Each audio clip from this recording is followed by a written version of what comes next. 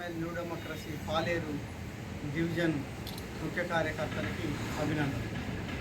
CPML new democracy రెండు పార్టీల ఆధ్వర్యంలో జూలై 4వ తారీఖున తెలంగాణ పోరాటంలో తొలి అమరవీరుడైనటువంటి కామ్రేడ్ దొడ్డి కొమరయ్య గారి 78వ వర్ధంతి సభని ఖమ్మం జిల్లా కేంద్రంలో నిర్వహించడం జరుగుతుంది.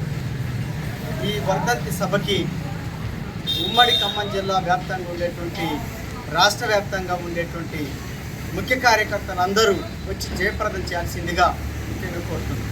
ఈ సభ ఉద్దేశం ఏంటంటే ఆనాడు తెలంగాణ పోరాటం అనేటువంటిది భూమి కోసం, ముక్తి కోసం, ఈ దేశ విముక్తి కోసం ఆనాడు నైజామానికి వ్యతిరేకంగా సాయుధ పోరాటం అనేటువంటిది కొనసాగింది.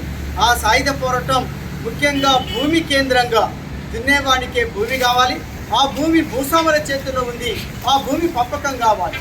ఆ భూమి పంపకం అనేటువంటిది సాయుధ తిరుగుబాటు ద్వారా మాత్రమే సాధ్యమవుతుంది అని చెప్పి అది ప్రజాయుద్ధ పంద మార్గంలో ప్రయాణించమని చెప్పి తెలంగాణ పోరాటంలో ఆనాటి కమ్యూనిస్ట్ పార్టీ పిలుపునివ్వటం జరిగింది.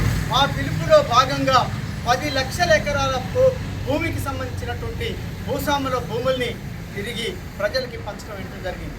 3000 గ్రామాలలో తమ విముక్తి ప్రాంతాలుగా ప్రకటించుకోవటం అనేటువంటి జరిగింది.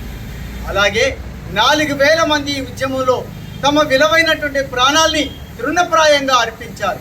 అట్లాంటి వారసత్వాన్ని ముందుకు తీసుకెళ్తాం, మీకు వారసులుగా నిలబడతాం. ఈ దేశంలో ఈనాటికి భూమి కేంద్రంగా ఉన్నది, అది అర్ధవలసార్థ భూస్వామ్య వ్యవస్థగా దేశంలో ఉన్నది. ఈ అర్ధవలసార్థ భూస్వామ్య వ్యవస్థని కూలదోసే దాంట్లో భాగంగానే, దీన్ని మార్చే దాంట్లో భాగంగానే దున్నేవానికి భూమి కేంద్రంగా పోరాట ఉద్యమాన్ని, వర్గ పోరాటాన్ని ఉధృతం చేయడం కోసం విప్లవ పార్టీలన్నింటినీ ఐక్యం చేసేటువంటి దాంట్లో భాగంగా 4వ తారీఖున దొడ్డి కొమరయ్య గారి వర్ధంతి సభని నిర్వహిస్తున్నాం. ఈ సభను జయప్రదం చేయాల్సిందిగా ప్రజలకి, పార్టీ శ్రేణులకి ఈ సందర్భంగా పిలుపునిస్తున్నాం.